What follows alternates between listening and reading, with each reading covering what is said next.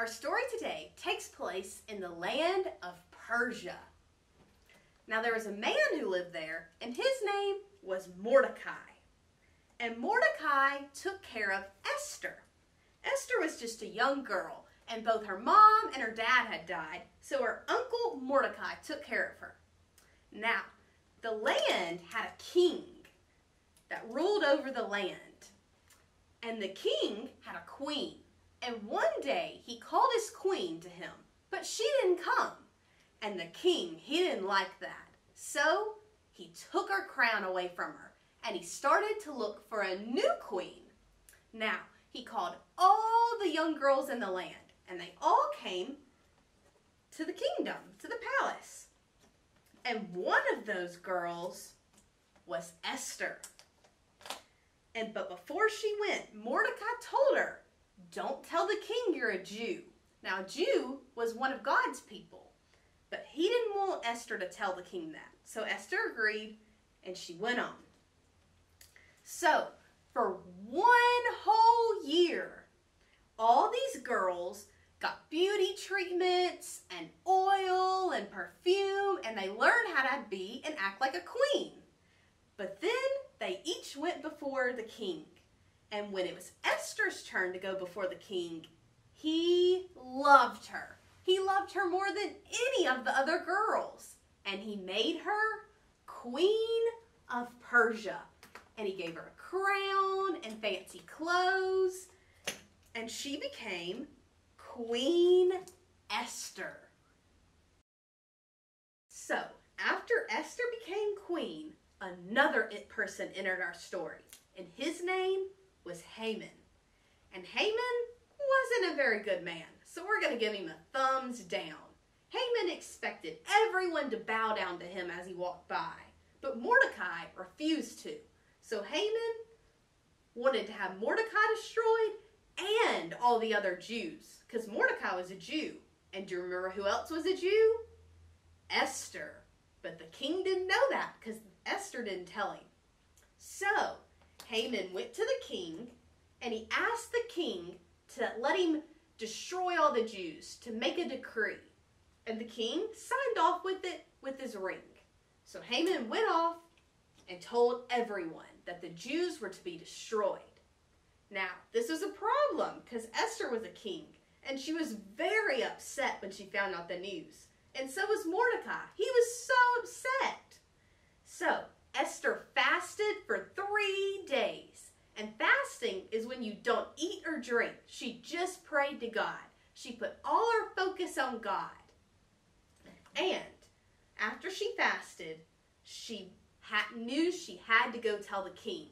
But the thing was, there was this big rule. There was this rule that you couldn't go before the king unless he called you. And he hadn't called Esther. He hadn't called Esther in a long time.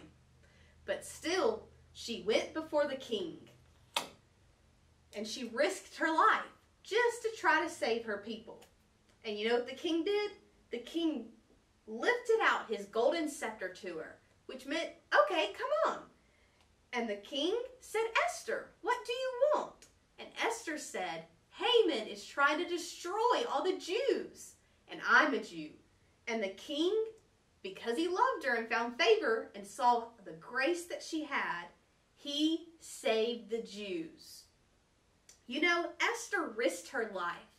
She could have just stayed a queen with all her luxury and all her jewels and everything and just let everyone else suffer, but she didn't. She risked her life to save her people.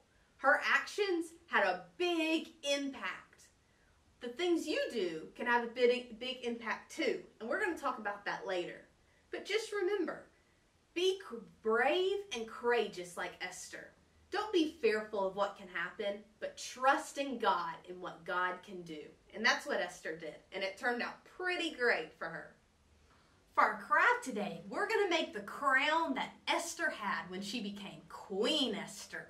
And we're going to use lots of different shapes and stuff, but we're just going to draw a crown and get to decorate it. So let's dive right in. Okay, so you just need crayons and a sheet of paper like always, and you can use whatever colors you want. I think I'm going to start with the color blue. And we're going to draw a little arch right here to start off our crown. And then we're going to draw a tall line on the side and then one to match on the other side. And then we're going to come down and up and down and back up again to make a crown. Now we're going to do all the jewels that we want in it. I'm going to start off with a purple. And I think I'm going to make an oval in the middle. An oval's kind of like a circle, but more of an egg shape. Okay. And then maybe two smaller ones beside. You can make whatever kind of jewels you want. We're just going to make our crown super fancy.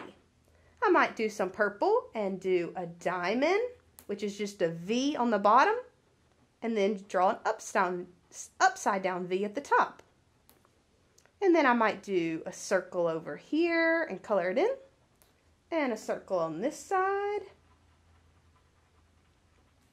We just want your crowns to look so cool. We want Esther to have the coolest crown ever. You can make it look more like a jewel by drawing lines on it.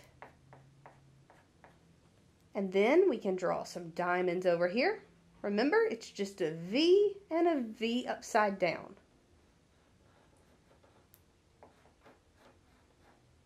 There we go. Make it shiny looking.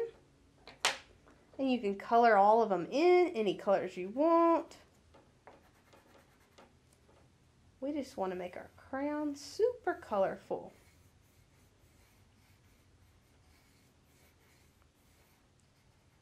We shall assemble on the mountain. We shall assemble at the throne with humble hearts into His presence. We bring an offering of song, glory and honor and dominion.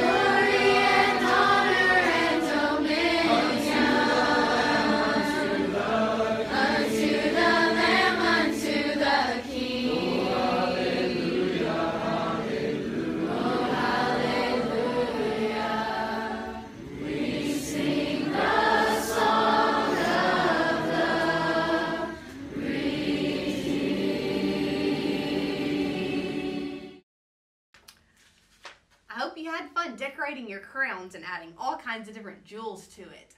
But you know what? The crown wasn't what helped Esther. It wasn't because she was a queen that she did great things. The crown didn't help her at all.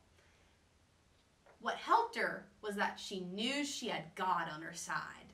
She knew God would lead her and help her through anything she went through. So that's why she was brave enough to go stand before the king, even though there was a rule that you couldn't. Esther showed big bravery and ended up saving a lot of people. And we're going to see exactly how that can help and play out in our lives. So let's go to our activity. In our Bible story today, we found out how Esther's one action saved a whole lot of people. She was brave and she was courageous and she stood before the king and she ended up saving all of the Jews. You know what? Our actions have impacts too. You know, like when you say something nice to someone, they may end up super happy. But sometimes we say mean things to people and they end up sad. Imagine if you said one nice thing to someone and then they said something nice to someone, which made them say something nice to someone, which made them say something nice to someone else. It's like a huge chain reaction, kind of like my dominoes here. One little action can impact so many other people. So we want to be like Esther and make good impacts. We want to say good things and be nice to people and stand up for people who need help. Esther's people, the Jews, they needed help. So she stood up for them right in time. You know what? We're going to see what happens when one small action hits this first domino. What do you think is going to happen? Let's see.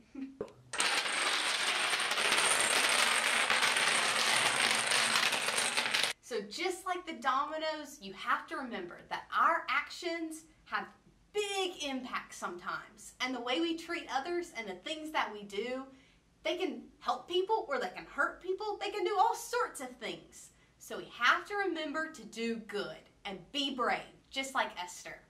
Bye, kids.